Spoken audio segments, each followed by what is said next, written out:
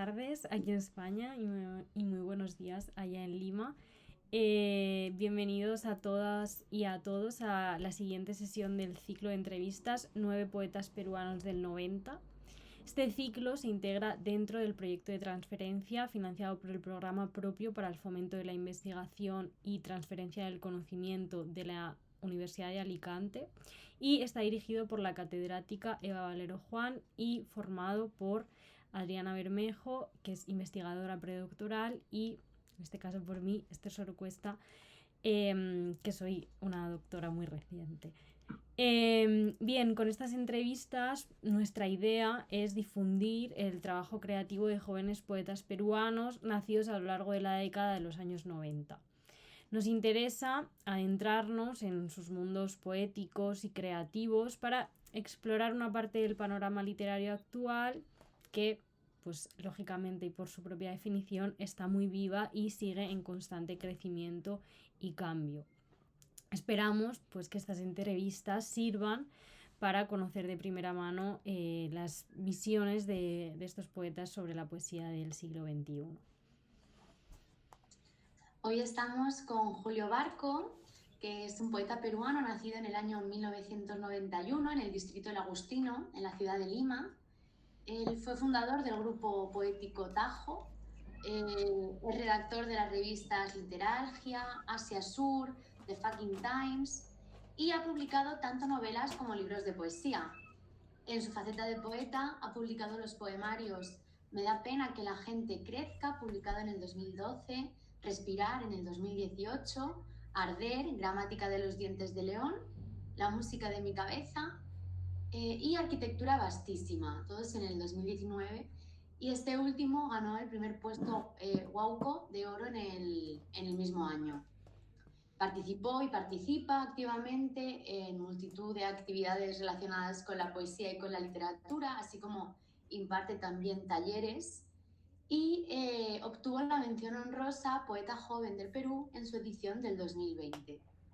El año pasado, en 2025, quedó segundo en el concurso de los Juegos Florales de la Universidad Nacional de Ingeniería de Perú y actualmente escribe una columna semanal en el diario Uno y dirige el programa Café Barco. Bueno, Julio, muchas gracias por estar aquí y bienvenido a este espacio. Gracias a ustedes por interesarse en la poesía peruana y enfocarse en un tema que todavía no se conoce mucho, ¿no? Que es la poesía del 90, de lo que escribimos a partir de esa fecha, ¿no? Para empezar, quizás podríamos empezar con una pregunta general, que es preguntarte qué te ha interesado explorar, qué temas te han interesado explorar en tus diferentes libros de poesía y cómo ha sido tu relación con el lenguaje poético a lo largo de tus muchos libros publicados. Sí, bueno, cada uno de mis trabajos responde a una diferente obsesión, necesidad, urgencia vital de expresarme. Creo que mi trabajo ha sido un poco también encontrar en ese mar de lenguajes, en ese mar de palabras o ese mar de sonidos, una expresión propia, una búsqueda de una retórica más afín a mi propia manera de entender la realidad. Y en el fondo también creo que en mi poesía también primero empezó siendo una cuestión simplemente intimista, de escribir lo que sentía, lo que me pasaba, pero ya después tomé conciencia de que la palabra también articula el pensamiento de una época o puede dar una mirada sobre una realidad. Y en ese sentido también me interesa mucho y me ha interesado mucho manifestar, digamos, problemáticas sociales a través de mi poesía. A partir de mi segundo libro, Respirar, ya entiendo que la palabra puede también participar, de repente no siendo canal de un partido político, pero sí expresar una cuestión política, una cuestión económica, estética, sobre todo de la parte donde yo vivo, que es una zona de Lima Este, y bueno, en general lo que ocurre en este lugar de Lima se da en todo el Perú. Entonces, y ahí también entro a otro tema, que es la peruanidad, ¿no? Me interesa también articular símbolos, tengo libros que tienen nombres de comidas peruanas, y también me interesa cómo se puede pensar la peruanidad desde la palabra, desde la poesía, cómo se construye un país a través del lenguaje, ¿no? Entonces, en mis primeros libros había una cuestión ética también, de buscar desde la palabra una conciencia, pero luego también he tratado de explorar el lenguaje, también unirlo, por ejemplo, a problemáticas mucho más ligadas a la cibernética. Tengo libros como Copiar, Cortar, Pegar, Cargar, que la estructura es la de un móvil que se va descargando y cada poema funciona como parte de esa carga. Entonces, también tratar de explicarme este mundo que estamos viviendo a través de la palabra.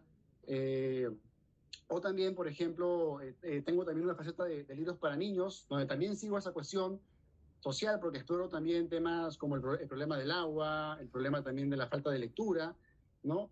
Y en general, al margen de estas cuestiones éticas, para mí la literatura o la expresión poética es siempre un descubrimiento de mí mismo, del ser, una búsqueda de la palabra como entidad que permite una expresión con mayores herramientas para lograr un diálogo más humano, más fundamental, ¿no? Entonces, me interesa mucho eso, encontrar en la palabra lo que está vivo, no la retórica detrás o intelectual, sino acercarme desde la palabra a reflexionar sobre la condición humana, las problemáticas que uno vive y darle voz a ese contexto que he ido viviendo, pasando. Creo que la poesía es un testimonio de la realidad, de la violencia también, y en mi caso ha sido una forma de liberación, además. Bueno, qué interesante porque además es una respuesta que ya va tocando muchos de los temas sobre los que vamos a preguntarte y a ahondar un poco en este ratito. Entonces ya nos has adelantado algunas de las cosas, así que estupendo.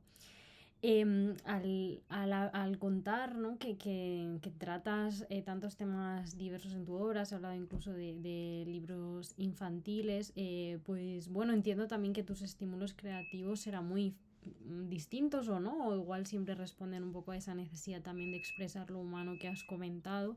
Entonces, bueno, en relación con esto queríamos preguntarte un poco justamente por eso, ¿no?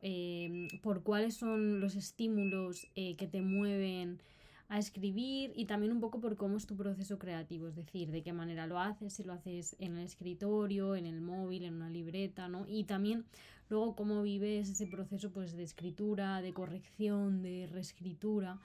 Queríamos preguntarte un poco por todo ese proceso.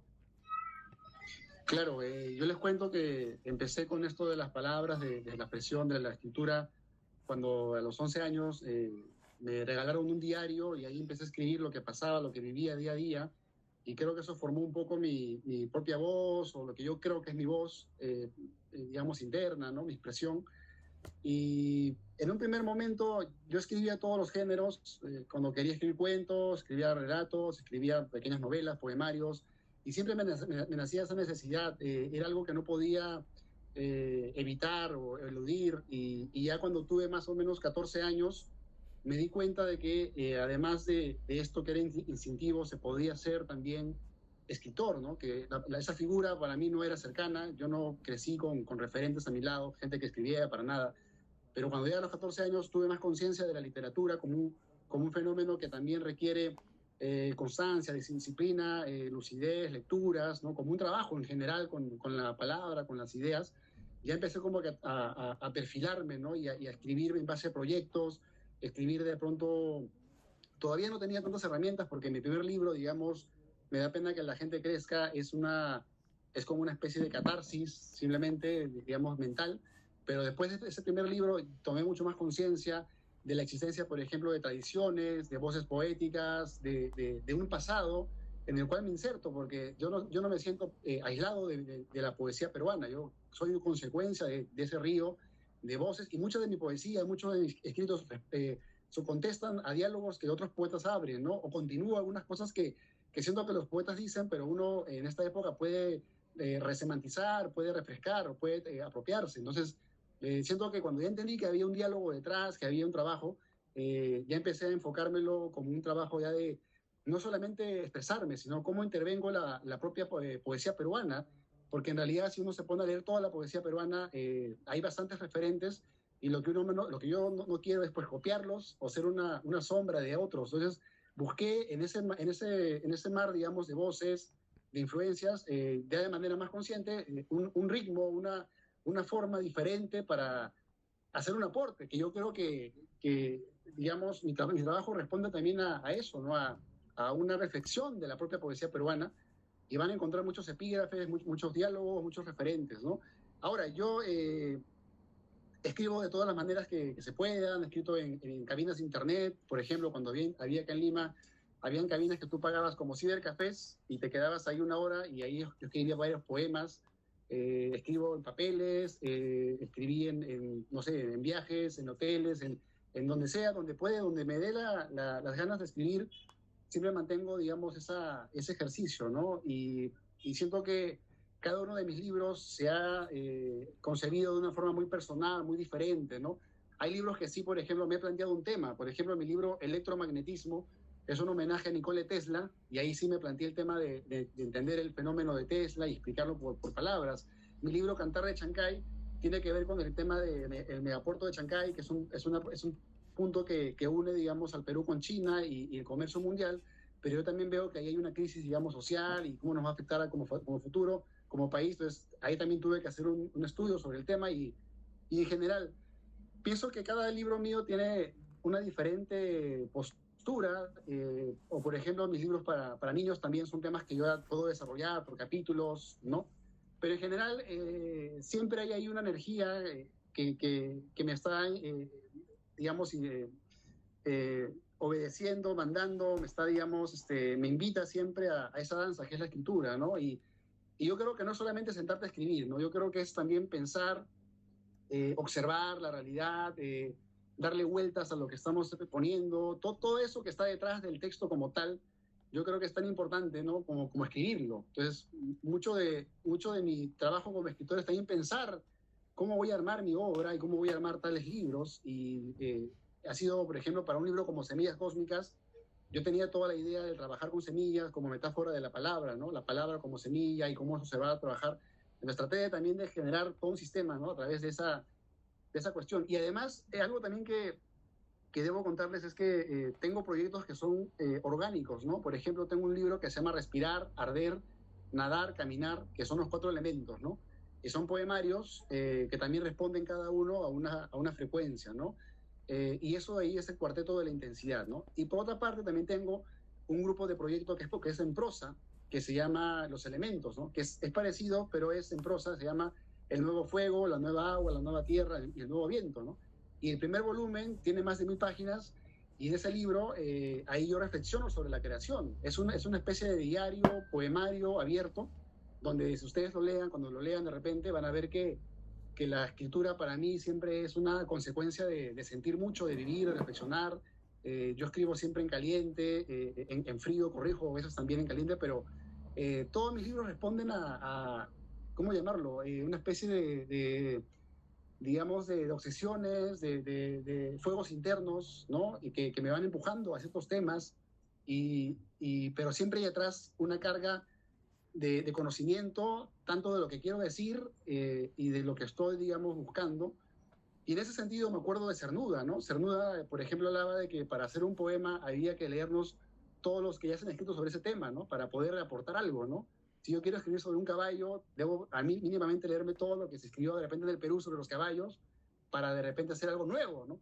Entonces yo no creo en el escritor inocente, yo creo que el escritor tiene que ser inocente así para vivir, para seguir escribiendo, porque escribir finalmente es un acto infantil en cierto sentido, es la magia, es la imaginación, es el ser, pero para crear hay que ser muy lúcidos y hay que usar todo lo que tenemos, ¿no? Entonces yo creo que hay que ser bastante, ver todo lo que hay para poder armar esta máquina verbal, ¿no? Que para mí es la poesía, ¿no? Una máquina que tiene que significar, que tiene que dialogar y aportar sobre todo, porque hay tanta poesía y seguir escribiendo lo que ya se escribió, seguir diciendo lo que ya se dijo, a mí me parece inútil, ¿no? Entonces, mi búsqueda también está en saltar al vacío. No sé si lo he conseguido en mis libros, pero siempre ha sido mi búsqueda, ¿no? De ir por otra orilla y tratar de probar algo nuevo. Muchas gracias por esta respuesta, Julio. Yo creo que además esta idea, ¿no?, de tomar los referentes y crear a partir de ellos sin convertirte en una copia, ¿no?, que es un poco el reto que quizás tienen los escritores, sobre todo cuando empiezan a escribir, ¿no? Y esto que se dice en el Perú, de que muchos poetas se tienen que despegar deliberadamente de César Vallejo y no leerlo para no contagiarse, ¿no? Porque si no, es muy difícil escribir como con esa sombra. Te queríamos preguntar también, claro, ¿cómo es tu relación con el contexto literario? Tú has dicho que te consideras un actor más, ¿no? En ese río que es la tradición poética. Entonces, ¿actualmente crees que encajarías en alguna tendencia, en alguna generación? ¿Cuál es tu relación con los otros poetas quizás actuales, aunque sean mayores o que sean más jóvenes que tú? ¿Cuál es tu visión dentro de ese complejo panorama peruano? Sí, bueno, en general, como les contaba, yo he trabajado dos antologías de poesía peruana. Una se publicó en la Fundación Pablo Neruda, que se puede encontrar por internet, se llama Andenes de la Nueva Lírica Peruana, donde yo selecciono a 11 poetas que son para mí trascendentales peruanos. Y por otro lado, tengo otra antología que se llama Yo construyo mi país con palabras, donde ya hay más de 70 poetas peruanos que son de esta época. Y es un libro donde también me puse a estudiar no solamente lo que ocurre en Lima, yo soy de Lima, pero yo he recorrido el Perú por la poesía, básicamente, ¿no? Me han invitado a muchos lugares y donde yo voy, me encanta traerme muchos libros, conocer a poetas, también escribir sobre ellos, porque además de antologador, de poeta y también narrador, tengo mi parte también de crítico, escribo en un diario, como ustedes bien lo han dicho, y yo creo que eso me sirve también para pensar la poesía, ¿no? Que es importante, no solamente escribir y ya, hay que pensar, reflexionar, y creo que en ese juego del pensamiento, digamos, de la reflexión, se va dando también el poema, ¿no? Entonces, frente a todo esto que menciono, yo creo que en la poesía peruana actualmente hay como una suerte digamos, de caminos, hay varios caminos que yo observo. Por ejemplo, veo que hay una suerte de neoconversacionalismo, que son, digamos, los herederos de toda la tradición poética del 70, que van a recoger, digamos, lo que Hora Cero abre, ¿no? De hecho, Hora Cero es uno de los grupos que más me inspiraron cuando empecé a escribir poesía, y yo creo que es un grupo trascendental y ahora ya es parte también del Focano, porque es un grupo que empezó siendo anticano y atacando, digamos, lo que se entendía por poesía hasta esa época. Y creo que esa postura se mantiene hasta esta época. Hay en cierto sentido un neoconversacionalismo. También veo que en la poesía peruana del 2010 para adelante se intentó introducir la corriente de la ACLIC con gente como Taolín, ¿no? Esos poetas que escribían más digamos, del yo, pero sin política, y para hablar más de un tema más, muchas veces más pop, más abierto, ¿no? Más frágil también, un yo más frágil que de pronto el yo político de los 70. Entonces, hay un poco también esa movida, aunque menos, y lo que también observo con bastante interés es que lentamente se vienen abriendo también poéticas amazónicas y andinas, ¿no? El Perú es un país que tiene más de 40 lenguas amazónicas, y ya a la fecha hay poetas que trabajan el tema amazónico y que hacen algo curioso, ¿no? El tema amazónico, que de por sí es un tema mítico, que tiene que ver con los cantos, con los mitos, porque hay toda esa cultura, digamos, dentro de estos pueblos, dentro de estos espacios, pero hay poetas que están haciendo una especie de hibridación, ¿no? Traen lo mítico, pero desde la mirada de una persona que ya vive en la cibernética, que vive en la globalización, ¿no? Y eso me parece curioso, cómo se mezcla el lenguaje ancestral con el lenguaje más posmoderno, digamos, ¿no? Entonces también veo eso. Y también por otro lado, hay, digamos, alguna búsqueda también de ciertos autores, aunque menos preponderantes, de la poesía del neobarroco, ¿no? Hay una suerte de neobarroco, hay una exageración de lo intelectual, y por otro lado también observo que hay una metapoesía, ¿no? Que sobre todo tiene como bandera a Mario Montalbetti, que es uno de los poetas que trae la influencia de Jonas Berí, ¿no? De la poesía del lenguaje, la poesía que se pregunta por el propio lenguaje dentro del poema, y lo que importa es ya no la realidad exterior o coloquial o de pronto objetivista, ¿no? Sino es abrir el tema del lenguaje y tratar de, a través de ello, encontrar una significación, ¿no? Una respuesta, o de repente una expresión poética, ¿no? Entonces, veo bastantes influencias por todos lados, y además no olvidemos que un tema que también marca mucho la poesía de la última década, yo creo que es la virtualidad, ¿no? Por primera vez los poetas peruanos participamos en un espacio como el Facebook, donde todos podemos conversar con todos.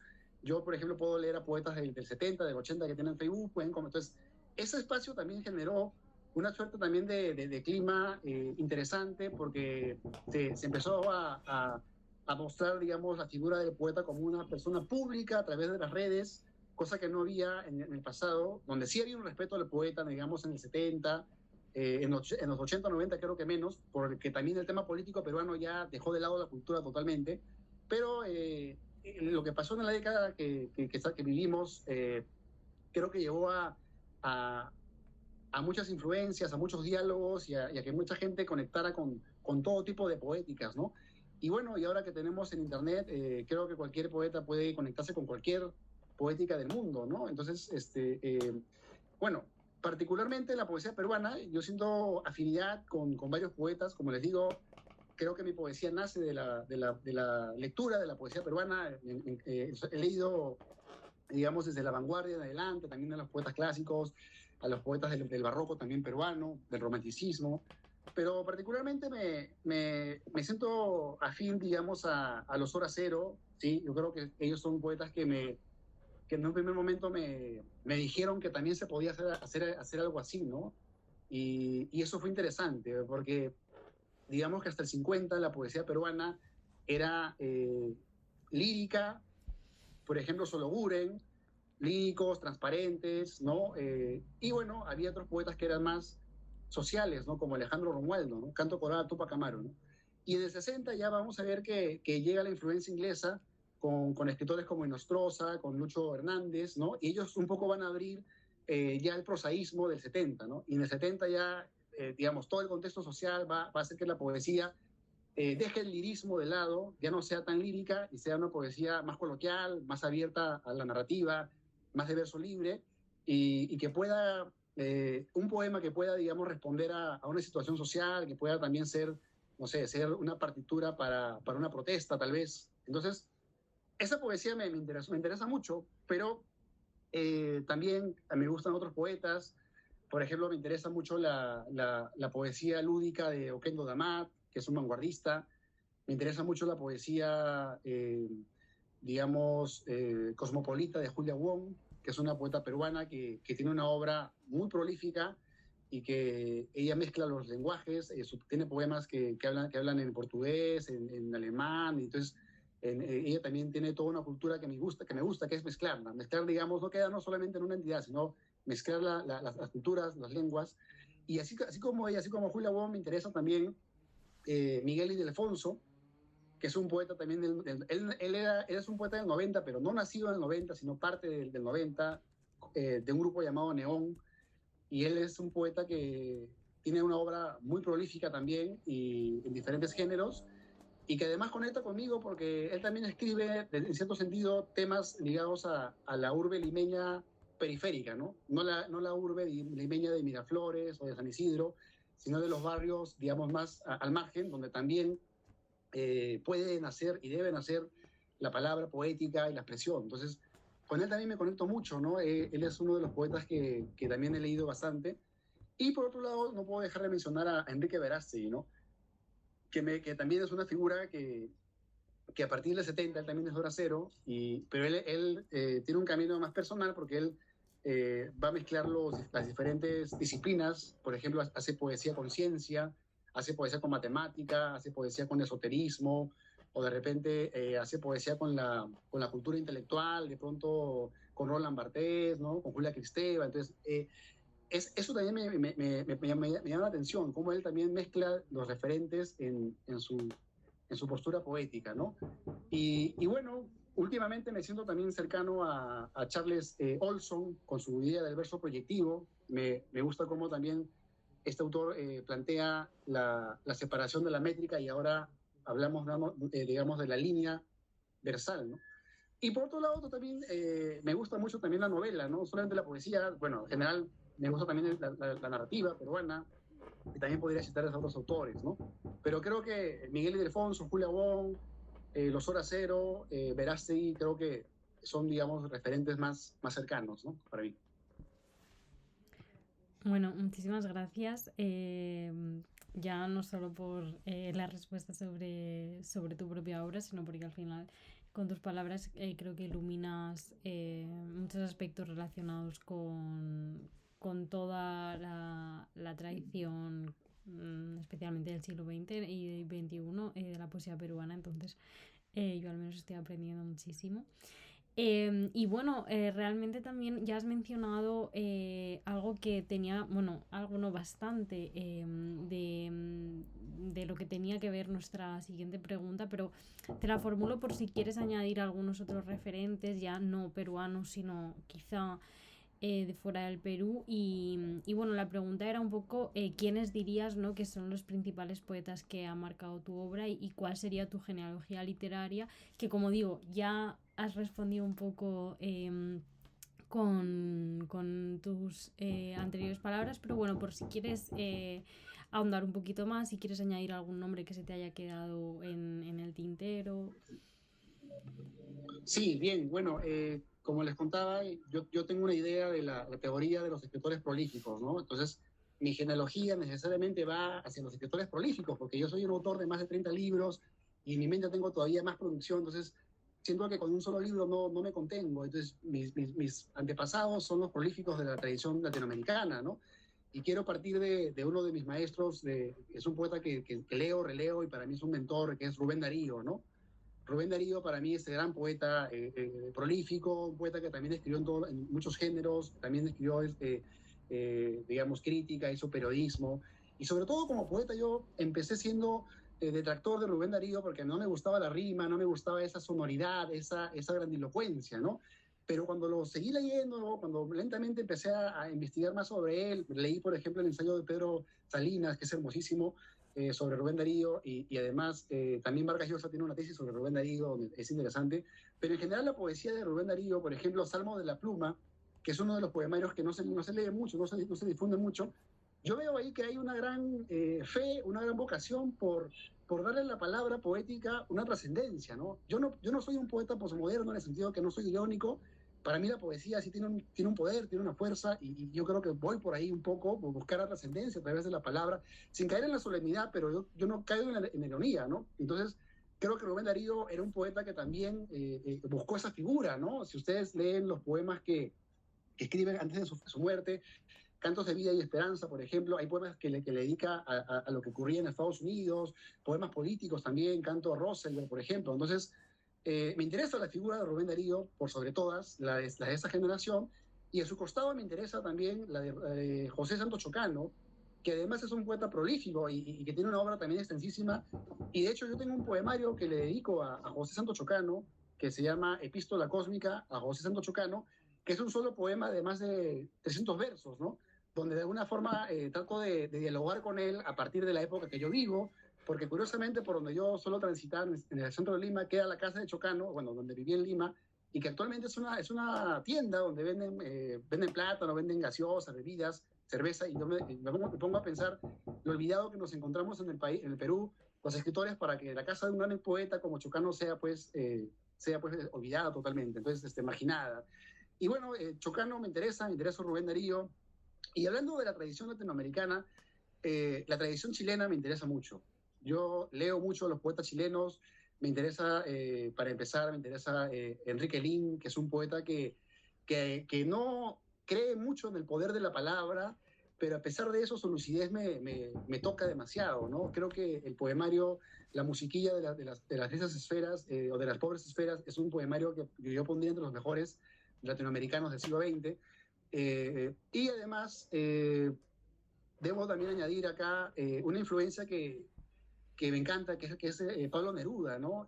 Pero no tanto el Neruda de amor, sino el Neruda político, el Neruda de canto general, por ejemplo, me interesa. Pero en general siento que Neruda, incluso en sus peores poemas, o sus poemas más simples, en todo caso, siempre me emociona, ¿no? Siempre siento que hay una emoción, siento que hay algo que me toca, y siento que Neruda es un poeta tocado, y creo que leerlo es ponerte una caracola y escuchar el océano en tu oído. Entonces, Neruda para mí es una fuerza, ¿no? Es una fuerza gravitante, y creo que Juan Ramón Jiménez se equivocó en su ensayo contra Neruda al decir que era un mal poeta, ¿no? Y etcétera, ¿no? Creo que es una de las críticas más ácidas hacia Neruda, ¿no? Para mí Neruda es un maestro. Y bueno, en la poesía chilena además me interesa Huidobro, y también me interesa Gonzalo Rojas. Y Gonzalo Rojas, que también es un poeta vallejiano, me gusta por cómo él también es un poeta que a través del lenguaje puede traer la trascendencia de la sílaba, la trascendencia luminosa, como dice él, ¿no? Lo cósmico, se conecta mucho con la poesía de Hölderlin. Me interesa mucho la poesía alemana, me interesa Hölderlin, por ejemplo, me interesa Novalis, me interesa Goethe, la poesía francesa, Verlaine, Baudelaire, todos esos poetas, Rimbaud también. Y bueno, la poesía polaca de la mitad del siglo XX para arriba me interesa también mucho, como por ejemplo Adam Zagaleski, o por ejemplo este poeta Nobel, Mia Silov, o también esta poeta que ganó Zimbronska. Entonces, y bueno, la poesía norteamericana, me interesa mucho Ginsberg, Whitman, Emily Dickinson, y en fin, digamos. Y si nos volvemos otra vez a la poesía argentina, yo ahí, por ejemplo, bueno, no es un poeta, pero sí me gusta mucho la figura de Aira, por ejemplo. César Aira, que es un escritor también prolífico, lo veo también como un referente, y además que es un escritor que habla sobre poetas, y veo que también la gran prosa latinoamericana no deja de beber de la poesía, ¿no? Si ustedes leen a prosistas peruanos, van a ver que muchos de ellos toman a poetas como Vallejo o Robert Frost, ¿no? Para hacer sus... Entonces, hay un gran diálogo también entre la prosa y la poesía, ¿no? Y bueno, en general, también podría citar la poesía china, me gusta mucho Li Po, Wang Wei, por ejemplo, ¿no? Bueno, entonces, esos son algunos de mis referentes, y puedo darles más nombres, más lecturas. En general, digamos, trato de conocer. Yo creo que la poesía es una actividad que te invita a tomar conciencia de todo el pasado y a buscar también tu árbol genealógico, tu familia, con quién te encuentras bien, con quién te sientes parte de, o a quién vas a revalorar, o quién vas a traer a colación. Entonces, ese viaje al pasado, que yo recuerdo que Francisco de Quevedo decía que leo para conversar con los muertos, dice, ¿no? Entonces yo creo que también en la poesía hay esa recuperación de las voces, y creo que el trabajo del poeta es revivirlas en su mente, ¿no? Y tratar de propagar esa entidad que hay en la palabra, ¿no? Hacer una especie de alquimia entre lo que el autor depositó en ese lenguaje y traerlo a este mundo. Entonces, hay muchos referentes. En realidad me encanta la poesía, y siempre encuentro alguien nuevo. Yo creo que nunca vamos a terminar de conocer la poesía como tal. Siempre vamos a ser niños mirando el mar, una ola, otra ola, una gota de cada, porque hay tanta tradición. Pensemos solamente en estudiar la poesía persa, no sé, digamos del siglo de la Edad Media, ¿no? Ya podemos pasarnos toda la vida, o de repente la poesía china. Pues hay tantos referentes, pero sí creo que en todo caso, los que ahora recuerdo son esos que les acabo de mencionar, pero hay muchísimos más. Muchísimas gracias, Julio. Creo que no solo eres autor prolífico, sino lector prolífico también, que al final todo eso cala en tu obra, cala en tu forma de comprender la poesía. Entonces, pasando ya de ti como lector y como escritor, también queríamos preguntarte por tu relación con los lectores. ¿Cómo es cuando tú escribes poesía, esa relación con el lector? Si lo tienes presente, o si más bien cuando estás escribiendo es un proceso más individual y personal y no piensas tanto en cómo va a llegar aquello que estás escribiendo a los receptores. Claro, y bueno, partamos de que cuando yo empecé, digamos, era mi mundo cerrado, mi propia mente, y nadie más entraba, ¿no? A esta casa que estaba quedando con mis palabras, ¿no? Y también era el hecho de que siempre me sentía incomprendido con esta cuestión del arte, ¿no? De los que, como yo, han crecido donde no había ese estímulo, de repente se sentían como islas, más bien, ¿no? Entonces, ya cuando entendí como les contaba, ¿no? Que hay un sistema literario, que hay estudios, que hay universidades, entonces hay tesis, hay todo un mundo al margen del que escribe. Entendí que pues había que tomar una postura, ¿no? No podía quedarme, porque además yo me siento un poeta de esta época, ¿no? No soy un poeta pues que está encerrado en una caverna y meditando, ¿no? Soy un poeta que tiene Facebook, que usa Internet, y que trata de buscar lo sagrado, o buscar, digamos, lo profundo en estos medios también, ¿no?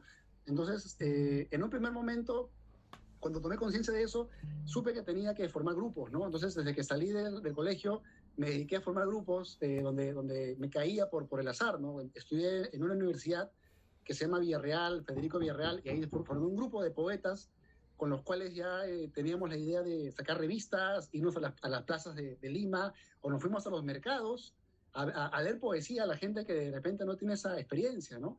Y eso, o sea, llevamos el arte a la calle. O sea, para mí el arte, la poesía tiene que estar en un contacto con la vida, porque la palabra poética es una palabra que dialoga con la mente del otro. Y en ese sentido, leer poesía es hacerla vivir con más intensidad incluso.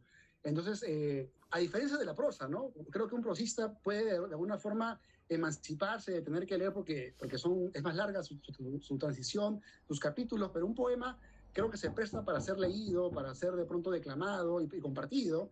Y en ese sentido, ya después de formar este grupo que se llamó Tajo, en la universidad sacamos 7 revistas, fuimos a varios mercados de Lima, leímos poesía en la calle, subimos a buses a leer, hicimos toda una serie de locuras, actividades digamos, la primera etapa de mi adolescencia, y que, dicho sea de paso, ese era mi plan desde antes de entrar a la universidad, ¿no? Hacer un grupo de escritores. Entonces, felizmente encontré gente que también tenía, y que hasta ahora siguen escribiendo, jóvenes que también ahora ya siguen todavía con la vocación. Luego, cuando pasó esa etapa de la universidad, regresé a mi barrio y yo también me conecto mucho con mi localidad. Acá yo en mi barrio he dado talleres en colegios, también en la biblioteca de mi barrio, y acá también en donde yo vivo queda cerca, a unos pasos, el río Rímac, y ahí a la vera del Rímac empezamos a hacer unos eventos que se llamaron Poético Río Hablador. Y ahí juntábamos a poetas de todo Lima o también de todo el Perú que llegaban y hacíamos recitales para también los vecinos, y luego hacíamos proyecciones de películas, música, etcétera, ¿no? Y eso también fue toda una actividad que armé. Y cuando acabó esa actividad, mi tercer proyecto fue hacer una página web que se llamó Lenguaje Perú. Y mi plan con lenguajeperú.p fue difundir la obra de los poetas peruanos. Entonces, en esa página, cuando la tenía activa, porque ya se desactualizó, en esa página llegamos a tener como 50 PDFs que los poetas mismos nos habían dado para que se descarguen. Ahí subíamos sus eventos, ahí subíamos reseñas, etcétera. Era una página donde activamos toda esa cuestión, ¿no? Y bueno, en todo ese lapso también me dediqué a hacer eventos en las calles, en los bares de Lima, y también a viajar. Me dediqué a viajar, entonces ahí cuando ya viajé me di cuenta que además me presentaba pues en municipalidades, me presenté en colegios, me presenté en calles, me presenté en todo tipo de lugares. Entonces tenía que siempre pues no que hablar con la gente, hablar con el público, expresarme, dar talleres, conferencias. También fui jurado de varios concursos de poesía, de declamación escolar. Y cuando ya empezó la pandemia, me motivé con el tema de los videos a través de Facebook, ¿no? Y si ustedes entran a la página de Lenguaje Perú, que aún está en fanpage, van a encontrar alguna de mis más de 100 transmisiones que hice, ¿no? O también en YouTube pueden buscar Julio Barco, van a encontrar seminarios Julio Barco, van a encontrar también mis conferencias, donde también a través de las redes empecé a mover ideas, a mover autores, a mover exposiciones, y eso me llevó a que más público me conozca, a que más personas también lleguen a mi obra, etcétera, ¿no? Entonces, como ustedes pueden ver, para mí la actividad de poeta no se divorcia de la actividad social, ¿no? Yo creo que soy un poeta que no se esconde para escribir poesía y que tampoco busca una pose de que no, en la calle soy poeta, nada, sí, pero sí creo que hay que buscar, digamos, para mí un diálogo con mi sociedad, ¿no? Con mi comunidad. Y en ese caso, ahora, en cuanto a mi escritura, sí voy a decirles que en general, cuando escribo siempre estoy en diálogo conmigo mismo, ¿no? Como decía Machado, converso con aquel que siempre va conmigo, dice, ¿no? O como decía Lope de Vega, ¿no? Para donde voy siempre estoy solo con mi pensamiento, ¿no? Entonces, creo que ese diálogo para mí es el que más importa en últimas, ¿no? Y bueno, siempre tengo también lectores, amigos que me van a dar sus opiniones sobre algunas ideas que quiero mostrar, pero en general yo soy mi primer lector, digamos, y bueno, si me gusta lo muestro, ¿no? Los demás, ¿no? Y bueno, también me han invitado a lugares y de hecho tengo varios poemas que escribí dedicados a lugares donde me iban a invitar. Por ejemplo, me invitaron a la biblioteca de mi barrio a participar en el evento y escribí un poema sobre la biblioteca de mi barrio. Me invitaron por ejemplo, a un cementerio acá del Agustino, donde están enterrados varios escritores, cantantes, y también escribí un poema para ese día. Entonces, creo que Rafael Alberti también tenía esa idea de escribir poemas dedicados, ¿no? Entonces yo también, si hay un tema que me piden, por ejemplo, no tengo problema también en darle mi trabajo, mi obra a temas que me interesan. Pero ya, digamos, en mi propia producción, siempre sigo mi propio juez, mi propia policía es mi mente, ¿no?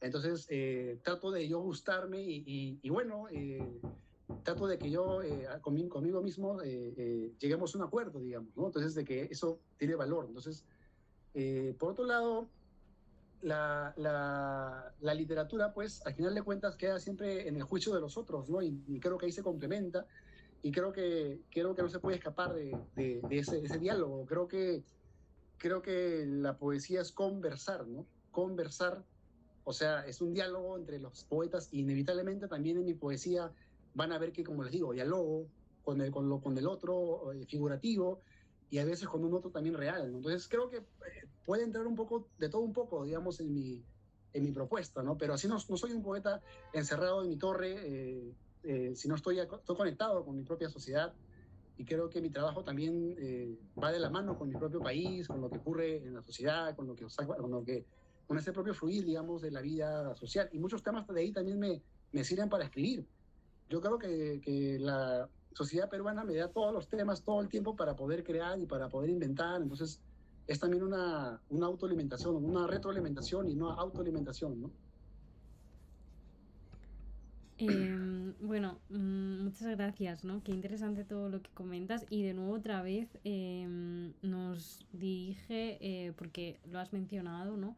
A otra de las cuestiones que teníamos que tiene que ver justamente con tu relación con Internet, ¿no? Que tú justamente has dicho que no eres un autor desconectado, sino todo lo contrario. Entonces has mencionado un poco aspectos relacionados con la difusión, por ejemplo, ¿no? Esos vídeos que has mencionado en el portal de Facebook y demás. Pero bueno, queríamos saber si aparte de esto, pues consideras que la poesía, que Internet ha sido determinante o ha cambiado en algo tu forma de ver la poesía, de ver el lenguaje, ¿no? Tanto a la hora de escribir como ya luego también a la hora pues de los aspectos relacionados con la edición, con la distribución, que es evidente que Internet ha cambiado eso por completo. Entonces, bueno, si podías hablarnos un poquito más detenidamente de esto. No, sí, de hecho sí, de hecho, como les contaba, me considero un escritor de la época del Internet. Yo creo que eso es lo que determina incluso nuestra escritura de tiempos pasados, de las generaciones pasadas. Yo creo que eso sí es fundamental.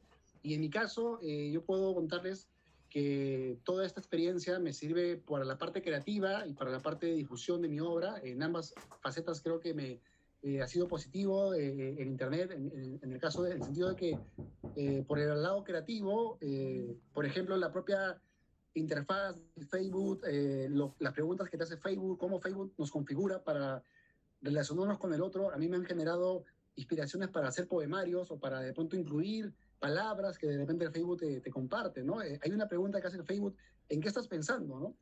Y esa pregunta, ¿en qué estás pensando? Yo la agrego en mi libro Arder, Gramática de los Dientes de León, la agrego como parte de mi poemario porque creo que esa pregunta puede articular también mucho de la sensación mental de los que vivimos en esta época. Entonces yo creo que por ese lado sí, esta experiencia me ha dado herramientas también creativas y nuevas formas también de enfocar mi propia poesía y mi escritura.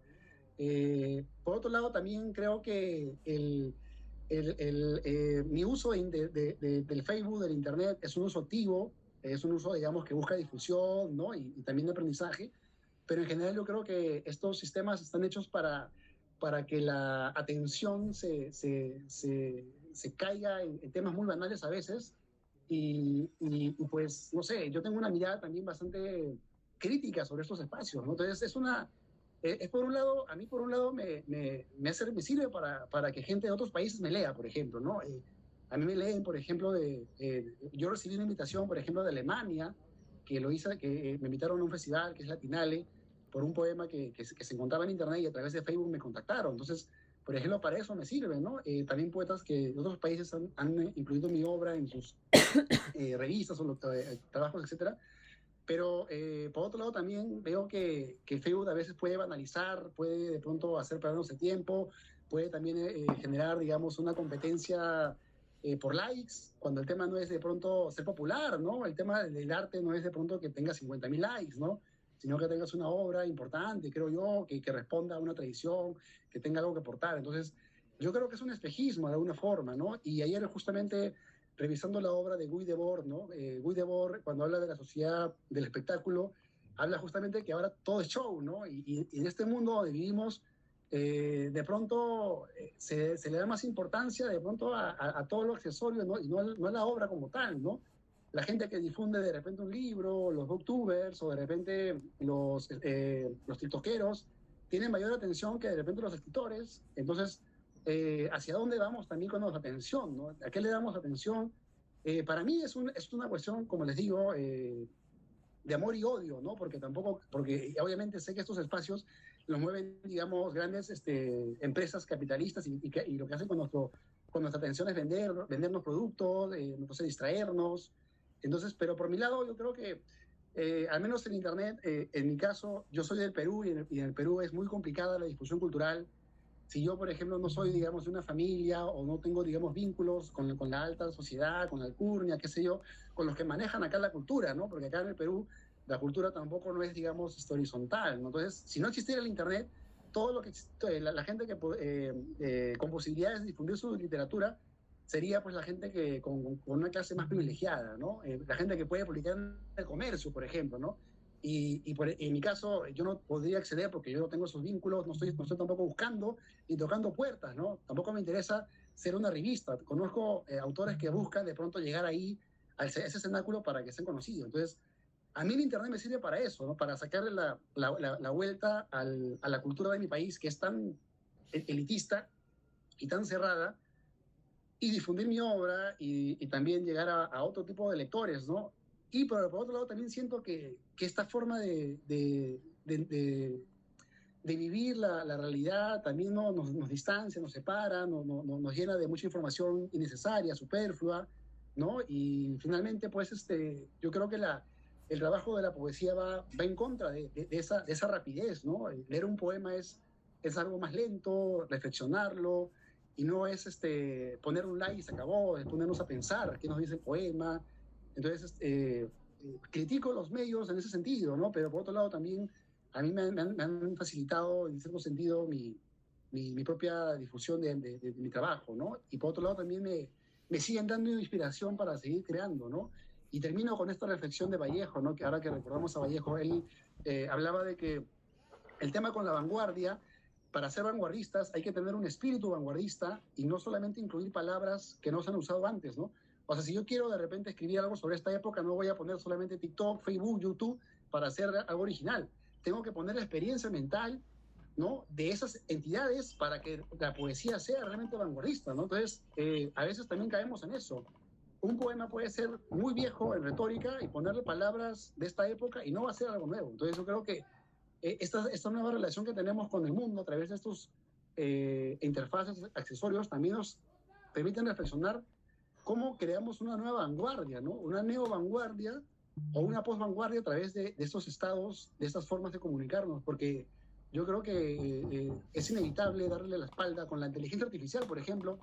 Me interesa también ese tema, ¿no? Cómo también trabajamos a través de eso una obra literaria, ¿no?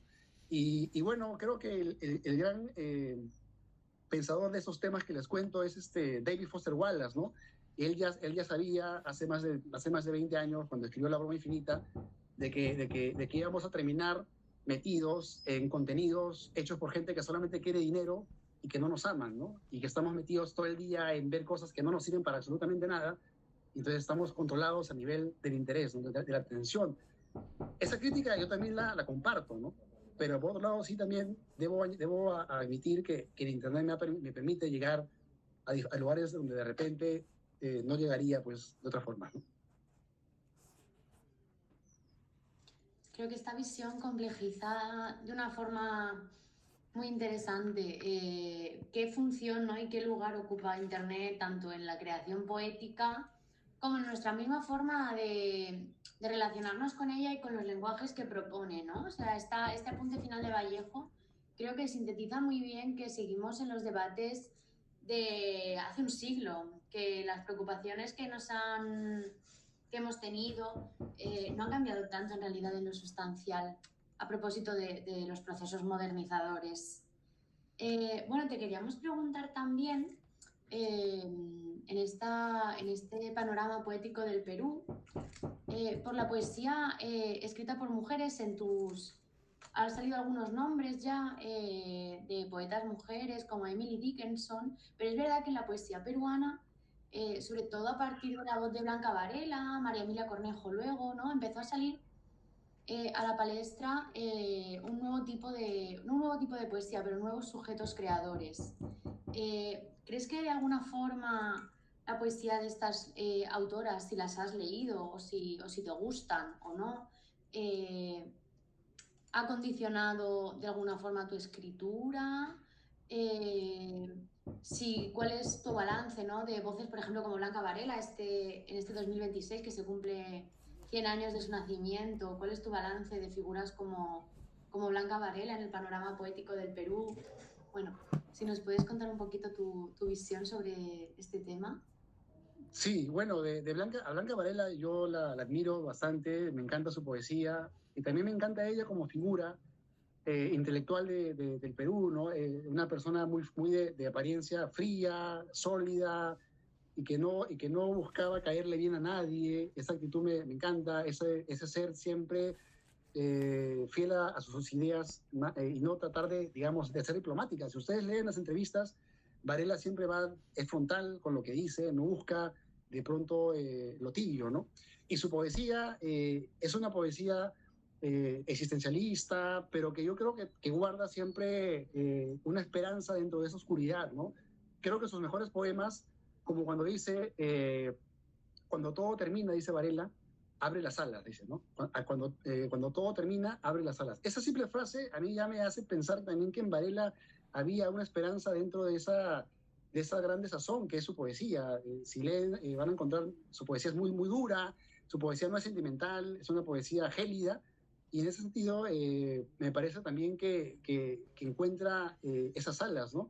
Y por otro lado, María Emilia Cornejo, yo les cuento que tuve la experiencia de leer a María Emilia Cornejo a los 16 años, me leí todo su poemario, que es una poesía muy breve, porque ella también se suicidó, creo que a los 20 y tantos años. Me leí la mitad del camino recorrido y desde que la leí me encantó, ¿no? Me encantó, me encanta cómo escribe. Yo puedo decir que, por ejemplo, otro poeta que no mencioné entre las influencias que me preguntaron era Javier Herao, ¿no? Y creo que Javier Herao y María Emilia Cornejo son poetas que expresan una voz muy fiel, una voz mental muy fiel, ¿no? Como que no hay una máscara, y esa cercanía a mí me encanta, ¿no? Porque hacen poesía de un espejo fiel a su propia mente, ¿no? Y ahí está su sensibilidad. Y cuando yo leía a Marimila Cornejo, cuando leía a Javier Arau, sentía que me hablaba un amigo, sentía que me estaba hablando una persona casi de mi edad en ese momento, y que lo que decía me tocaba. Y a diferencia de otros poetas que de pronto eran mucho más retóricos o metafóricos y que era más complicado entenderlos, ¿no? Entonces yo creo que María Emilia Cornejo es para mí una lectura fundamental, y a mí su onda, su manera frontal de escribir, su manera desenfadada de escribir me recuerda mucho también a la poesía cómo no, de Carmen Ollé, ¿no? Y bueno, Carmen Ollé me sorprende un detalle, porque hay personas que piensan que la poesía solamente debe ser métrica y que toda la poesía en verso libre no es poesía porque es prosa. Pero yo creo que poéticas como la de Carmen Ollé, por ejemplo, que no, si ustedes leen Noches de Adrenalina, no van a encontrar, pues, digamos, arte métrico, pero creo que la manera, esa sensibilidad de Ollé no podría meterse a un soneto, ¿no? Y ahí eso me hace pensar que la poesía tiene que seguir experimentando con lenguajes, ¿no? Y quedarnos en la métrica y quedarnos en que esa es la única poesía posible, para mí es absurdo, ¿no? Porque sensibilidades como la de Ollé no se podrían manifestar en otro tipo de moldes poéticos, ¿no? Si ustedes leen ese primer poema largo de Ollé, donde dice, tener 30 años no cambia nada, dice, ¿no? Tener 30 años no cambia nada, salvo secarse, a un problema con el útero, ¿no? Entonces, ese lenguaje, esa sensibilidad que añade Ollé, que añade María Emilia Cornejo, expanden el registro lírico y me hacen ver que la experimentación, es expandir el registro, va de la mano con mostrar nuevas sensibilidades, nuevas formas porque no hay esa voz de Carmen Ollé en la poesía peruana, no la vas a encontrar antes. O sea, una mujer que hable de esa manera de sí mismo, de sí misma, que hable, digamos, con esos recursos intelectuales, porque además hablamos de una voz poética que conoce muy bien todo el pensamiento francés de su época, que además tiene una mirada, digamos, no europeizada del todo, ¿no? Que busca también de construir, digamos, la influencia europea y decir, ¿por qué no hablamos también de la izquierda desde Latinoamérica, ¿no? ¿Y por qué no es válido también lo que me dice mi amiga de la universidad sobre lo que protesta, ¿no? Porque solamente tenemos que estar siempre trayendo pues al referente europeo, ¿no? A Sarracine, creo que mencionan por ahí. Entonces, a lo que voy, mi conclusión es que la poesía femenina peruana expande el registro poético, expande la mente de lo que entendíamos por poesía y por lo tanto libera el lenguaje mental de nuestro país, digamos, de la poesía de este tiempo, porque al final de cuentas, en esa operación de expandir los registros, estamos posibilitando que se oxigene también esa posibilidad de ser, esa posibilidad de sentir, esa identidad. Y si esa identidad poética no se muestra, entonces no existe. Y yo creo que con la posibilidad poética que expande y que abre Noches de Adrenalina, prácticamente todas las poetas peruanas, o la gran mayoría, tienen la posibilidad de decir, voy a hablar de mí como yo quiero hablar.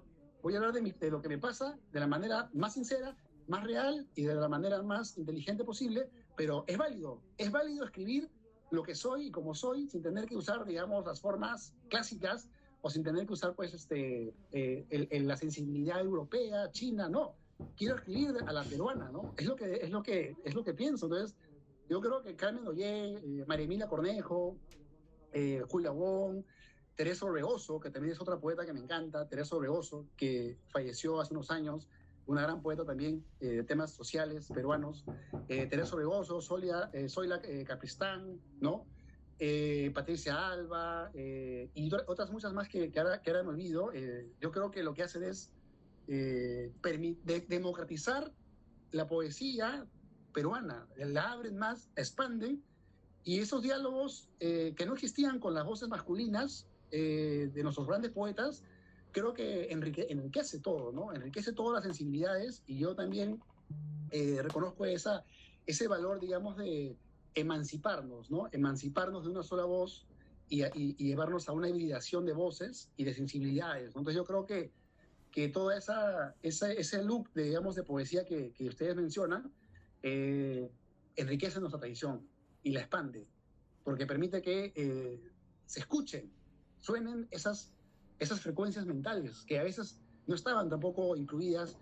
Bueno, en la poesía peruana del siglo pasado podemos leer a Magda Portal, pero Magda Portal es una poeta más política y en fin, o sea, no es una poeta que te va a decir, pues, como María Emilia Cornejo, ¿no? Que se acostó con 3 hombres, ¿no? Entonces, esa forma de enfocar la feminidad, esa forma de enfocar el ser mujer, creo que abre nuevos diálogos, ¿no? Abre muchísimos diálogos que son importantes, sobre todo para la sociedad peruana, que es una sociedad muy machista, una sociedad donde todavía se siente, pues, ese rezago digamos, de esa cultura, ¿no? Bueno, qué interesante todo lo que comentas, ¿no? Y al final también el reflejo, ¿no? De cómo pues esa poesía evoluciona también para dar cuenta de un nuevo contexto, ¿no? En el que las mujeres comenzaron a estar algo más liberadas y a reivindicar un poco, pues eso, su propia voz, como comentas. Y bueno, en relación un poco con esto, y ya también para, ahora que estamos terminando, para conectar con algo que has mencionado al principio de la entrevista, que tenía que ver sobre la importancia que tiene para ti también hablar de lo político o hacer que la poesía sea también un espacio a partir del que poder hablar y reflexionar sobre lo político. Pues justamente te queríamos preguntar por eso, ¿no? Por cómo atraviesa pues en la actualidad, o sea, la actualidad política, tu obra, ¿no? Tu obra y también en general cómo crees que atraviesa la poesía actual, si crees que es un factor relevante, si crees que no, que bueno, creo que más o menos ya podemos intuir por dónde va a ir tu respuesta, pero queríamos que nos hablaras un poquito de esto. Sí, bueno, sí, en realidad yo siento la historia de mi país en todo mi ser, en toda mi vida, y me siento parte de lo que ocurre, me afecta directamente la violencia, la corrupción que aniega todo nuestro país, ¿no? Es un país donde el contexto es muy complicado y creo que muchos de mis poemas también son, no sé, gritos en medio de esa desesperación que es también experimentar una sociedad como la peruana y formas también, digamos, de, de pronto de hacer como sortilegios, de hacer como rituales para desde la palabra liberar también un poco esa violencia a la que nos enfrentamos día a día, esa falta de oportunidades que puede llevar al pesimismo a muchos, ¿no? Eso también es muy interesante porque muchos en el Perú ya de por sí no quieren hacer cultura, no quieren hacer literatura porque no hay muchos espacios y es un salto siempre de guerra, de tratar de evitar que el pesimismo te lleve a la inactividad. Y yo soy una persona que dentro de todo también soy entusiasta, me interesa la literatura, la he defendido, digamos, de la cotidianidad o de las críticas, pero como les cuento, o sea, en realidad el tema social, el tema peruano me afecta de manera directa y muchas de mis obras son también respuestas a climas, bueno, a climas, a coyunturas y a formas también de expresar de pronto lo que por otros medios no se podría decir. Yo creo que podría ser un ensayo, podría de repente no sé, hacer de repente un video y hablar 2 minutos, pero creo que todo el poema lo que me permite es una configuración diferente y más intensa de lo que quiero decir. Entonces, muchos de mis poemas, como les digo, son formas de, de, de hacer una especie de ritual para salvarme desde la palabra, de eso que me aqueja, de eso que siento como peruano, ¿no? Y yo creo que sí, la poesía peruana no se divorcia del contexto político. De hecho, si nos detenemos en la poesía peruana, vamos a ver a muchos poetas que sin hablar digamos, directamente de las problemáticas, toca esos temas. Por ejemplo, Eduardo Borjas, por ejemplo, Antonio Chumbile, ¿no? Poetas jóvenes como ellos, por ejemplo, Eduardo Saldaña, por ahí. Son poetas que de pronto no hacen una poesía política del todo, pero sí a través de su mirada nos invitan a pensar o a poner un espejo o a poner lo que estamos viviendo de manera mucho más una realidad aumentada, ¿no? Una realidad aumentada para poder de repente pensar en eso, porque a veces nos automatizamos tanto y no nos ponemos a meditar en la violencia, por ejemplo, que como sociedad estamos inmersos, ¿no? Entonces, temas como la violencia, temas como el racismo, temas como, por ejemplo, la desigualdad, todos esos temas como que yo creo que la poesía puede ser un espacio, un canal muy bien para mostrarlo de manera también estética. Ahora, yo creo que el poema ya de por sí es revolucionario, así no hable de un tema político social, ¿no? Yo creo que si un poeta nos invita a mirar un árbol o nos invita, no sé, a sentir el viento que pasa a las 6 de la tarde por su casa, yo creo que ese estado de contemplación también es revolucionario porque nos está obligando a salir de ese logos mental que nos dice que todo lo miremos de manera lógica o que todo lo miremos como para ganar algo, para generar un recurso. Entonces creo que la poesía siempre es subversiva cuando es poesía, ¿no? Y siempre que nos invita a mirar el mundo de otra forma o a pensar el mundo, yo creo que ya hay algo ahí de político también, ¿no?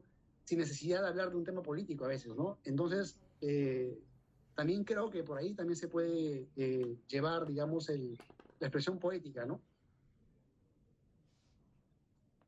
Qué buena reflexión esta para cerrar, Julio, vinculando tanto la poesía, ¿no? Quizás explícitamente política o comprometida, ¿no? Con estas otras actitudes que en realidad en el contexto actual son también tan subversivas, ¿no? Como pues esta reivindicación de la lentitud, de la contemplación, de la observación.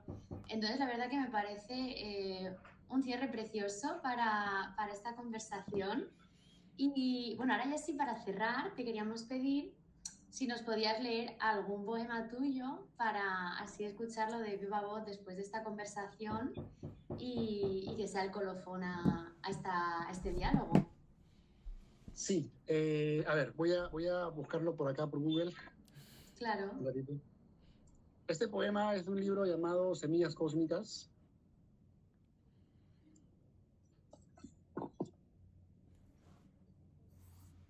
Voy a buscarlo en mi móvil.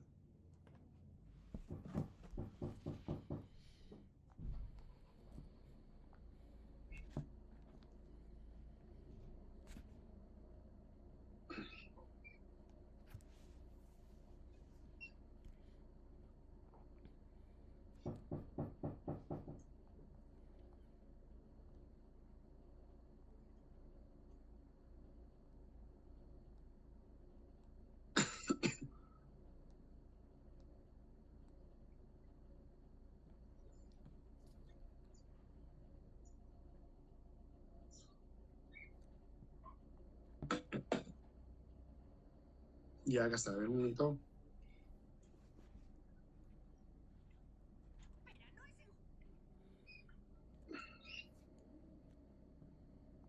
Bien, este poema se llama Los cuerpos se sueñan y tiene un epígrafe de Novalis que dice: amigos, está pobre el suelo, semillas en abundancia debemos arrojar para que se nos den siquiera cosechas modestas.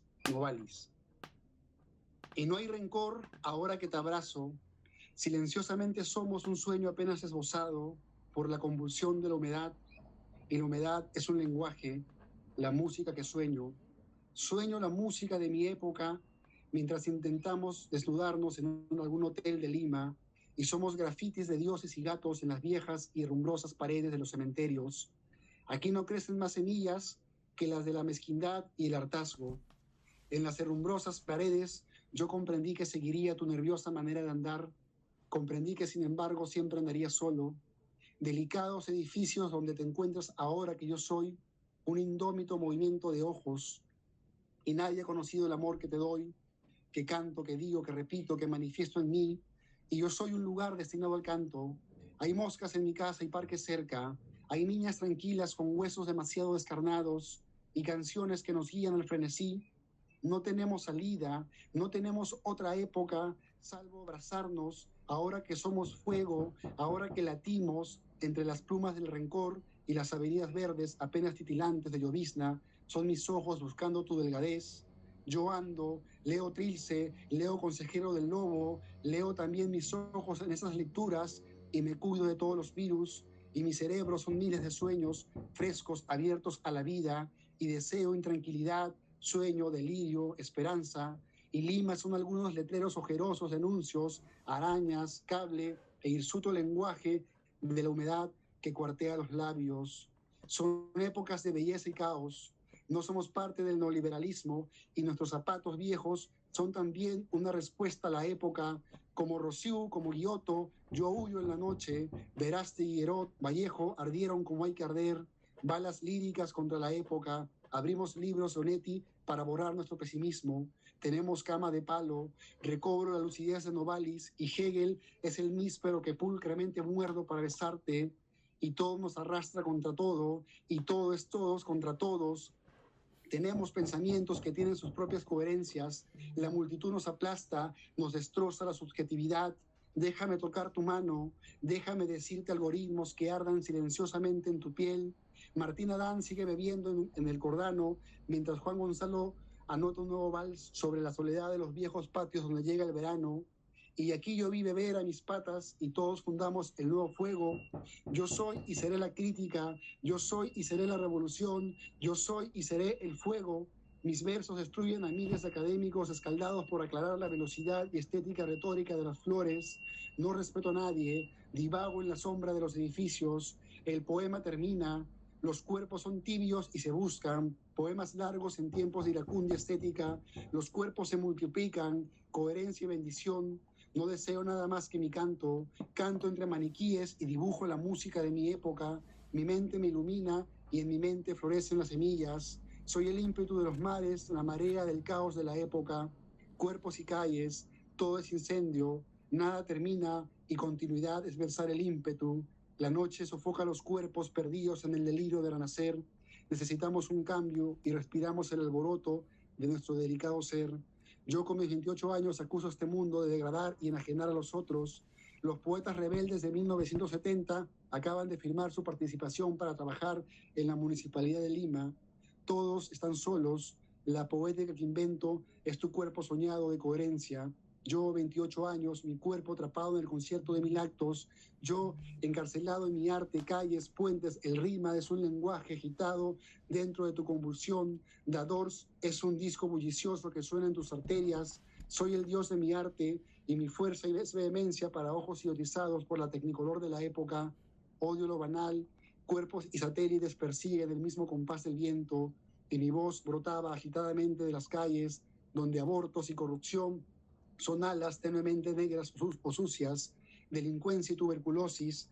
No hay a dónde ir a las 2 de la tarde y mi verso creció indómito como crecen las plantas salvajes de mi barrio. Las estrellas son semillas que observamos bebiendo cerveza helada desde los malecones de Lima. Odio Lima, amo el cielo, tu cuerpo es un lugar, las calles, mis ojos, busco respirar, desesperadamente atrapado en el gozo de mi ser. Flacas aburridas esperan a sus novios después del tráfico. Llegó un café de 2 soles, las cosas como son. Aquí se roba y se trafica. Aquí Montalbetti y Marco Martos dicen quién es quién en el arte. Va, sabrán que me duele la barriga despertar y que muero de angustia en Lima. Estos son los años del viaje, golpeo y ataco lo plástico, odio la hipocresía, soy la luz que brota de las semillas, mi tesis es un arco iris dentro de ti mismo, estoy armando el canto de las semillas intensamente soñadas, mi contemplación no es Tilse ni estética de Lezama explicando la hora, instante exhausto que destruye todos los gozos, y mi gozo es andar en estas calles, subir buses, bajar, andar, anotar, mi coherencia soñada. No hay reinos en este mundo salvo la desnudez que poseemos en ciertos instantes. ¿Para qué la poesía en tiempos de crisis? Para morder tus labios y soñar el nuevo fuego. Hay una bala esperando por ti, los teléfonos vacíos, no hay a dónde ir, la semilla tiembla en mis manos, miles de buses no pueden detener la música de mis sueños. Somos los soñadores de la épica, no tenemos futuro ni cuentas en el banco, salvo tal vez colores con los que inventar los nuevos lenguajes, pero tenemos arte, nada parco para la estupidez generalizada. Mi mente es una máquina creando luz.